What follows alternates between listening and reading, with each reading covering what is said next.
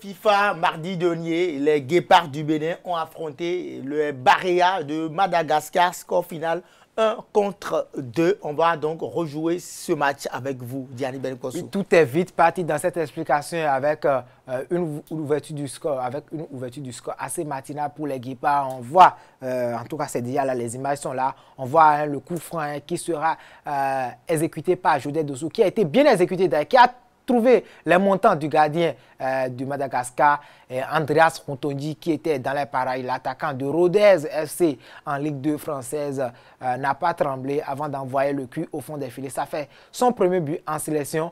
Malheureusement, ce sera une joie de coup dur. Vous avez vu les mêmes erreurs qui se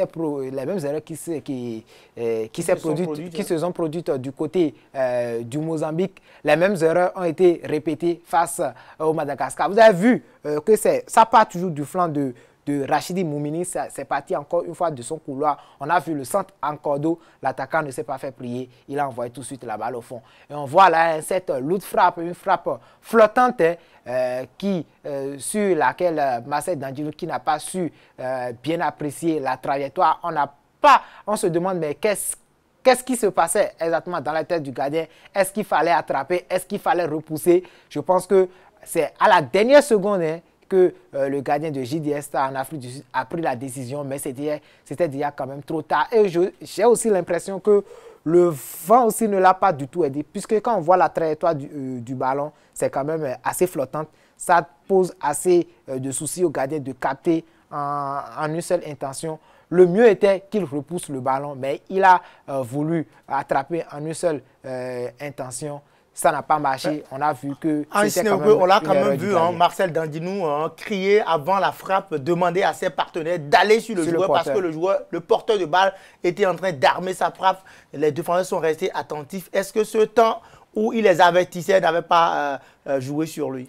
Je ne dirais pas non, parce que quand vous êtes gardien, je ne dirais pas oui, pardon, parce que quand vous êtes gardien de but, vous devez vous préparer à toutes les éventualités. Et du moment où vous-même, en tant que gardien de but, vous avez senti que le joueur, l'adversaire se préparait à faire une frappe et que vous avez eu l'intention d'avertir vos partenaires, vous devez en même temps prendre les dispositions nécessaires à votre niveau pour empêcher le but au cas où ce serait une frappe. Et il a certes eu l'intention d'avertir ses partenaires, mais lui-même, il n'a rien fait de son niveau. Mais est-ce que c'est suffisant en Sinéo Nkoué de jeter tout le tort sur lui et de le traiter en beau diable comme les gens le font sur les réseaux sociaux? Non, bon, c'est vrai, les gens sur les réseaux... C'est quand même sa première titularisation. Les gens exagèrent un peu, mais nous n'allons pas nous en tenir à ce que les gens disent sur les réseaux, parce que nous savons que les réseaux sociaux, c'est ouvert à tout le monde. Même un chien qui dort chez lui va se permettre de venir critiquer un lion, sachant que ils n'ont pas les mêmes modes de vie, les mêmes modes de travail. Alors Diani, est-ce que désormais le Bénin va décider de jouer sans gardien? On a l'impression qu'aucun gardien ne satisfait. Les Béninois, ils ont tout le temps décrié Fabien Farnol quand il était encore titulaire. Quand il est parti, ils ont commencé par... Ça a commencé même par Rachad Chidou. Quand il est parti, ils ont regretté Rachad. Johan Didionou, ils l'ont décrié tout le temps. Quand il est parti, ils ont compris qu'il ne devait pas partir. Après, Fabien Farnol, qui a tout fait pour qu'on soit à la CAN 2019, il est devenu l'éminent juré des fans de football. Il est parti, Saturnin Alagoue, le héros de la CAN 2019. Aujourd'hui, il est devenu l'homme à bannir. Les gens ont commandé Marcel Dandjinou qui est venu et qui aujourd'hui, en même temps, il est venu. Il n'est même pas encore arrivé. Il est devenu en même temps l'homme à bannir. Est-ce qu'il faut désormais jouer sans gardien de but au Bénin? Non, Dikoué, vous savez, je fais partie de ceux-là qui ont milité pour qu'on donne la chance à Marcel Dandjinou. Certes, c'était une erreur, l'erreur est humaine. Je ne vais pas demander pour qu'on le condamne tout de suite. Mais après, je le dis, quand on vous donne votre chance dans ces genres de conditions, il faut quand même essayer de saisir la chance. Puisque ça ne se donne pas à chaque fois. Moi, je ne condamne pas. Pourquoi j'envisageais qu'on envoie Marcel Dandjinou dans le jeu? C'est pas parce que Saturnin Alagoue est nul, du tout pas. Mais pour moi, je dis que pour un gardien de but, il faut être nécessairement en compétition. Si vous n'êtes pas en compétition, pour une nation qu'on appelle le Bénin, qui a déjà participé à un quart de finale d'une Coupe d'Afrique des Nations, ce n'est pas très bien, d'abord pour notre image, d'envoyer un gardien qui n'est pas en compétition, sachant qu'on a un joueur qui évolue à un niveau... On a quand même vu avec l'équipe d'Argentine, cette grande équipe qui pendant longtemps a évolué avec un remplaçant qui est son gardien Romero qui fut remplaçant à Monaco pendant sur 2-3 saisons. C'est vrai qu'à l'époque aussi, l'Argentine n'avait rien foutu, hein, que ce soit à la Copa ou à la Coupe du Monde. Oui, mais oui, c'est ce que moi... C'est pas... Vous savez, et quand vous parlez, par exemple, de Romero qui était réserviste à l'AS Monaco, vous parlez quand même, hein, du banc de Monaco. Mais après, même s'il n'est pas titulaire et en championnat, en coupe, il a souvent les matchs, il a des entraînements réguliers. Mais quand vous êtes un gardien et vous évoluez en 3e division en France et vous n'arrivez même pas à être sur les feuilles de match, vous voyez que ça pose un problème. Pourquoi moi, j'ai demandé qu'on envoie plutôt Alagbé sur le banc? C'est pour lui permettre de rebondir. Parce qu'il va se dire sûrement, lorsque je vais trouver un autre club et je vais commencer par enchaîner les performances, je vais redevenir au devant de la scène. C'est tout ce que moi je souhaitais pour Alagbé. Revenons sur l'erreur de Marcel Dandinou qui était devenue fatale et qui est devenue autre chose sur les réseaux sociaux. On a quand même vu de grands gardiens commettre des erreurs. Très grands gardiens. Iker Casillas, Thibaut Courtois, Ter Stegen en commet presque tous les week-ends dans cette vie. Les grands gardiens ont toujours commis, même le gardien du Paris Saint-Germain, Gianluigi Donnarumma a commis des bourdes. Est-ce que les bourdes ne font pas partie des quotidiens City, la dernière fois, bon, City, le gardien de City, Ederson,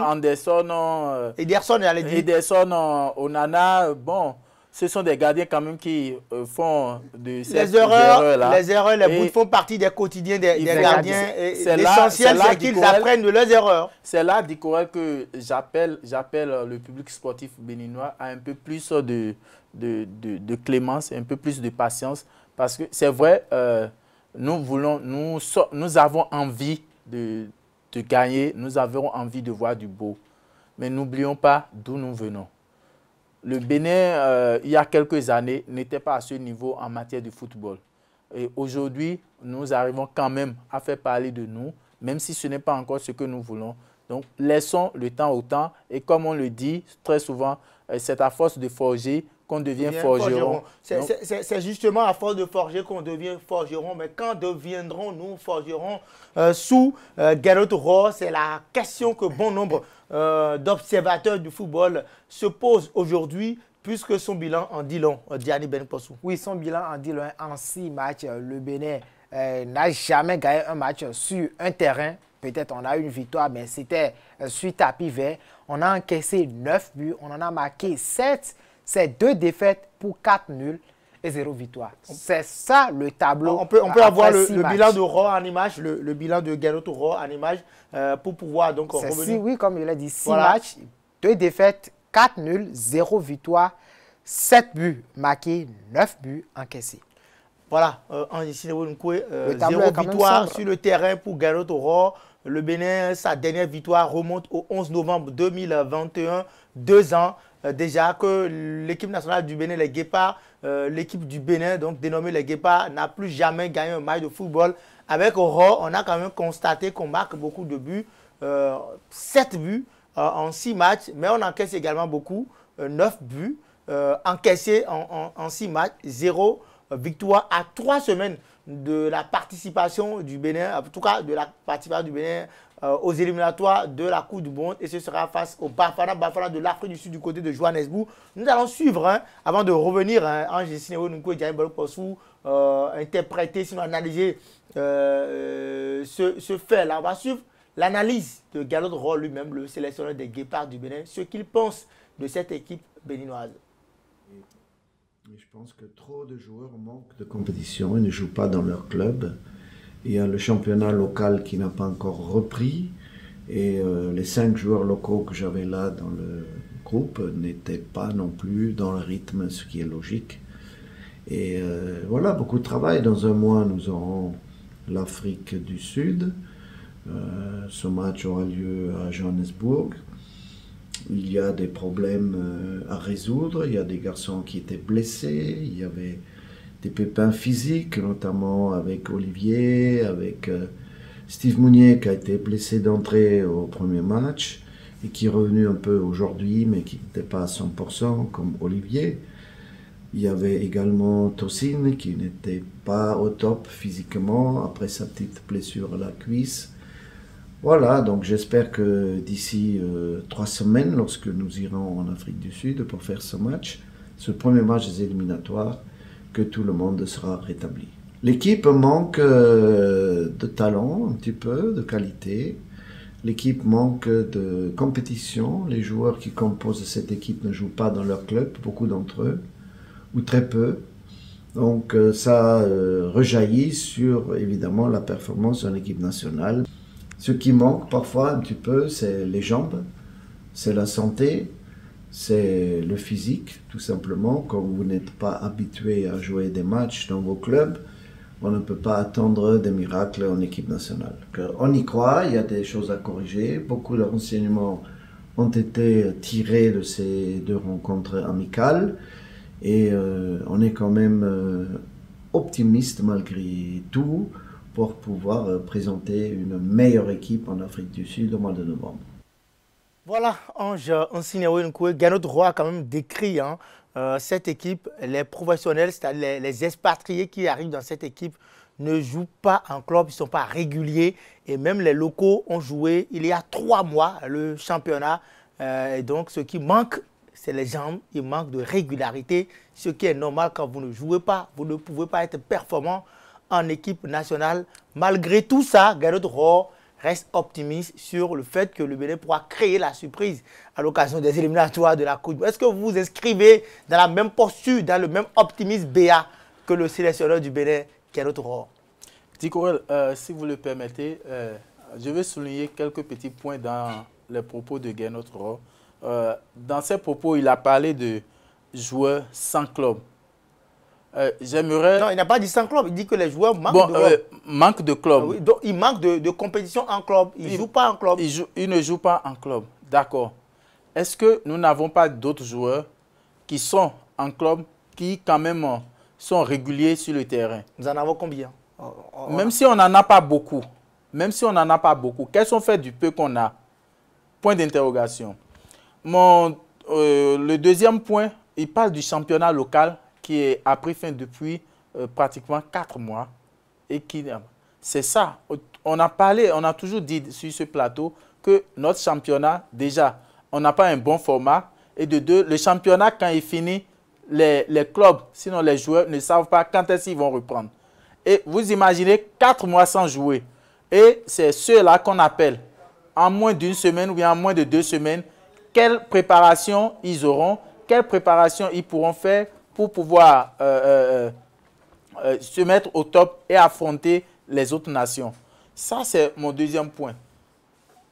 Quand il parle de on n'a pas de talent, pourquoi est-ce qu'il est là? Il est venu pour forger du talent. Ah mais il n'est pas directeur technique national, il n'est pas formateur, il ne peut pas former les joueurs. Quand on vous confie une mission que nous formons au plan local, que lui, il va utiliser en équipe A. D'accord. Quand on vous confie une mission, peut-être on met des moyens, mais quand vous vous rendez compte que les moyens mis à votre disposition ne répondent pas vraiment, ne vous permettent pas d'atteindre vos objectifs, mais demandez ce qu'il faut. Si vous ne demandez pas ce qu'il faut et que vous acceptez de faire avec ce qu'on vous remet, c'est que vous êtes d'accord pour atteindre les objectifs, malgré les moyens que vous avez. Alors là, ne revenez pas nous dire que vous manquez de moyens. Je m'excuse si le sélectionneur peut-être le prend mal. Quand vous regardez ce qu'il a dit, est-ce qu'il n'y a pas une dose de vérité quand même dans ce qu'il a dit? Il y a une dose de vérité. Ça, nous sommes tous d'accord avec ça. Est-ce que c'est lui le fautif ou les dirigeants? Qu'est-ce qu'on est en train de faire? Est-ce que c'est Rohr le fautif ou les dirigeants du football béninois qui sont fautifs? Parce que lui n'utilisera que les joueurs formés par le système du football béninois. Dicorel, je ne dis pas qu'il est fautif, d'accord? Mais je suppose, vous me dites d'aller faire un reportage, je suis journaliste, vous me dites d'aller faire un reportage, et que les moyens que vous mettez à disposition ne permettent pas d'atteindre les objectifs que vous voulez. Vous allez démissionner, c'est ça? Je suis en droit de vous dire, non, je ne peux pas, compte tenu. Mais quand on ne se dit pas la vérité et qu'on veut faire avec, Alors, on subit les conséquences, c'est Alors, tout. Ange Sinewenukwe Goro nous a promis quand même le Osimhen béninois. Et un an après, est-ce que ce discours que retient ne nous fait pas, je veux dire, affirmer qu'il est en train d'abdiquer finalement? Parce que quand il dit l'équipe manque de talent, est-ce à dire qu'on ne retrouvera pas ici au Bénin cet Osimhen qui nous a promis? Ne nous leurrons pas, Dikourel. Peut-être il ne veut pas le reconnaître publiquement, mais je peux vous assurer que Gernot Roy est en train de regretter ces propos qu'il a tenus dès son arrivée. En tout cas, ici au Bénin. c'est vous qui le dites. Hein. Je vois Diani serrer ses mines. J'ai l'impression qu'il veut aller en guerre. Alors, Diani, vous avez écouté Gernot Roy. Selon vous, il parle à qui? Ou il parle de quoi? Parce que j'ai l'impression que ces propos vont dans le même sens que les propos du sélectionneur des dames U20, Abdoulaye Ouzérou. Bon, chacun est libre de faire ses analyses et ses interprétations. Mais moi, ce que moi j'aimerais dire, c'est que quoi? Déjà, que notre, excusez-moi un peu pour le thème, il se fout des Béninois. Il se moque des Béninois. Et aussi, pourquoi? Il se moque de ses joueurs. Moi, je fais partie... Il dit quand même une vérité. Attendez, je fais partie de ceux-là qui détestent ou bien qui n'aiment pas les entraîneurs qui livrent leurs joueurs. Je fais partie de ceux-là. Je n'aime pas ça. Mais quand vous êtes un entraîneur... je dis, Diani, oui, il a quand même dit une vérité que nous savons. Nous le savons tous. Nos expatriés ne sont pas réguliers en club. Un entraîneur... Les locaux ne jouent plus depuis 3 mois parce que le championnat a tardé à démarrer. Un entraîneur assume la défaite de son équipe. Un entraîneur ne jette jamais ses joueurs à la vindicte populaire. Ce qui vient de dire, c'est suicidaire. Nous sommes tous conscients qu'il y a un problème au niveau de notre équipe nationale.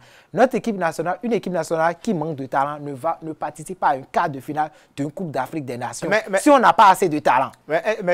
Ceux qui ont participé à la Coupe d'Afrique des Nations, combien ne sont plus là aujourd'hui? Diane, dites la vérité. Aujourd'hui, cette qualification en quart, est-ce que pour vous, vous attendiez à ça? Est-ce que ça n'avait pas un effet de surprise dans votre tête? Oui, mais c'est une surprise. Mais grâce à qui? Grâce à un entraîneur qui a su adapter les joueurs à son système de jeu. Parce qu'il sait que Michel Dussuet a su que... Est-ce que vous détestez la vérité?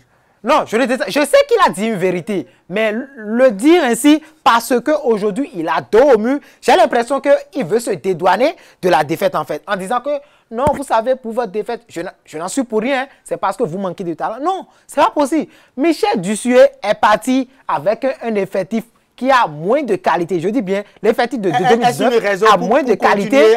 Mais aujourd'hui, non, ce n'est pas de l'improvisation. Nous savons tous, on est tous conscients qu'on doit aller travailler. On doit repartir à la base. Nous savons tous ça. Mais ce qu'il vient de dire là, ça ne se fait pas. Quand vous dites est-ce que vous ne pensez pas que si les dirigeants du football béninois avaient déjà mis en place une direction technique nationale depuis 30 ans, depuis 20 ans. Et si les dirigeants de la Fédération béninoise de football depuis 30 ans, 20 ans organisaient régulièrement les formations de recyclage pour les coachs, si les dirigeants au niveau des décideurs politiques avaient mis en place les systèmes politiques qu'il faut pour permettre aux investisseurs d'investir, de construire les centres de formation, est-ce que vous ne pensez pas qu'aujourd'hui, ils ne seraient pas en train de dire cela et qu'aujourd'hui, il aurait les talents qu'il faut? Permettez-moi de vous poser une question. Vous savez, le tableau que vous venez de peindre là, on a déjà conscience de tout ça. Ce n'est plus quelque chose à démontrer. Mais moi, ce que moi je dis, à cette étape, après une défaite du genre, après une trêve internationale où vous avez joué 2 matchs amicaux sans la moindre victoire, alors que quand vous dites, non, je ne veux pas la CAN, je vais aller au mondial. Et après, vous me dites que l'équipe manque de talent. Et justement, Diani, est-ce qu'il n'est pas en train de nous dire intelligemment que les Béninois n'attendaient plus une qualification? C'est pour cela que je disais ici que la non-qualification du Bénin à cette Coupe d'Afrique des Nations, je crois que c'est une aberration. Parce que, déjà, quand vous suivez son discours, il dit tout à l'heure que les joueurs manquent de temps de jeu dans leur club. Ce qui est vrai. Oui, mais quels sont les joueurs qui manquent de temps de jeu dans leur club? Quand vous prenez Jordan Dossou, où désormais il est le vice-capitaine, Saturnin Alagbe qui ne joue pas en club, mais qui les convoque? Vous êtes un entraîneur, on ne sait plus si vous êtes seulement entraîneur ou bien agent de joueur. Vous voulez chaque fois placer vos pions. On veut nous faire croire qu'aujourd'hui au Bénin, Ricardo Dossou, c'est le meilleur milieu que nous a... Il faut qu'on arrête à une certaine période. Je voudrais vous demander, Diani Bourguin-Possou, quand vous regardez ces 2 matchs des Guépards du Bénin, où Rachid Moumouni qui est sans championnat depuis juin, donc depuis 4 mois, et qui joue 2 fois 90 minutes, alors que vous avez Youssouf Assogba qui est un club, même s'il n'est pas réélu, qui joue, et Gros décide de mettre Rachid Moumouni au banc, de le titulariser plutôt pendant 2 matchs, alors que Youssouf, qui est un club et qui est en compétition, mais s'il n'est pas régulier, a fait copieusement banc pour un joueur dont le dernier match officiel remonte en juin. Est-ce que vous ne pensez pas que Ro, là, est-ce que finalement vous ne me rejoignez pas? Non, mais je vous pose la question. C'est pourquoi je dis que Ro, il se fout de nous. C'est tout. Il se fout de... C'est un foutage de gueule, en fait. Alors que tout le monde sait que Ro travaille sur... Tout le monde sait aujourd'hui que Ro travaille, il faut le dire officiellement au peuple béninois, que notre Ro, le sélection nationale, travaille sur Rachid Moumi et sur Prince Ricardo Dossou, qu'il a envoyé en test en Europe. Il a envoyé ces 2 joueurs en test en Europe. Et les 2 joueurs sont revenus. Ils peuvent repartir à tout moment. Est-ce qu'aujourd'hui, Ro n'est pas en train d'oublier son rôle de sélectionneur, n'est pas en train de confondre plutôt son rôle de sélectionneur à un rôle d'agent ou d'intermédiaire de joueur qu'il joue? Est-ce que cela ne l'empêchera pas de faire un classement, je dirais, impartial? Et c'est justement là que j'appelle encore à la vigilance de nos autorités, des autorités du football béninois. Le sélectionneur est là pour un objectif. Il n'est pas là pour s'occuper de l'envoi ou bien du transfert d'un joueur vers un club. Il peut contribuer. Il peut contribuer, d'accord. Il peut contribuer, d'accord. Je ne dis pas non, il peut contribuer. Mais ce n'est pas à lui de se mettre devant pour... on n'a pas dit qu'il s'est mis devant. Non. Mais on a l'impression que les 2 joueurs sur lesquels il travaille, il fait tout pour les allier au détriment de 2 joueurs qui sont en compétition, qui sont plus en jambes. C'est l'impression qu'on a. Mais il dit que les joueurs ne sont pas en compétition. Après, il vient nous dire que les joueurs... Dans ce pays, on lui a dit, coach, vous savez, on a un joueur qui s'appelle Chabel Gomez. Il dit, non, vous savez, si chaque journaliste doit venir ici, il dit, on a été joué. Mais Chabel Gomez est dans un championnat. Il évolue en première division en Géorgie, même si c'est en Géorgie. Il est en compétition. Chaque week-end, il joue. Il est titulaire. Il joue régulièrement. Mais pour vous, vous pensez que non, il ne doit pas revenir en sélection. Mais dans le même temps, vous décrivez le fait que les autres joueurs ne sont pas en compétition. On veut quoi? C'est pour ça que je demandais tout à l'heure quels sont faits du peu de joueurs qu'on a qui sont réellement en compétition. Quels sont faits de... Monsieur, dernière question pour boucler ce débat. Est-ce qu'on est en droit de demander à Ro de plutôt se concentrer sur son travail de coaching, de coach du Bénin, que de mélanger cela à plusieurs rôles? Non seulement on est en droit, mais on l'impose. On impose au sélectionneur. Sélectionneur, gagne notre rôle. Vous avez pour obligation de revenir sur les réels objectifs qui vous ont amené ici au Bénin. Vous êtes là, comme vous l'avez dit vous-même, vous êtes là pour qualifier le Bénin au mondial. Et c'est ça que nous attendons, pas autre chose. Vous attendez toujours ça? Oui, il faudrait que Gernot Rohr puisse prendre les Béninois quand même au sérieux. Ce discours qu'il vient de tenir, moi, ça ne me plaît pas. Je dis et je le dis, je vais encore le répéter. Je crois que si c'était dans un certain pays, bien, peu importe le pays, je suis sûr qu'il ne va jamais tenir ce genre de discours. Et d'ailleurs, vous allez voir, lors des prochains rassemblements, ça va créer des frustrations. Dans son propre vestiaire, ça va créer des frustrations. Parce que quand vous dites que vos joueurs ne sont pas talentueux, ça pose donc, vous ne devez pas les convoquer si ils ne sont pas talentueux pour faire le job. Merci. On va donc finir avec ce débat houleux. Diane Beleng-Possou, on ira maintenant feuilleter ce que la toile, les sujets que la toile a traités. Bien évidemment, c'est l'instant net du sport.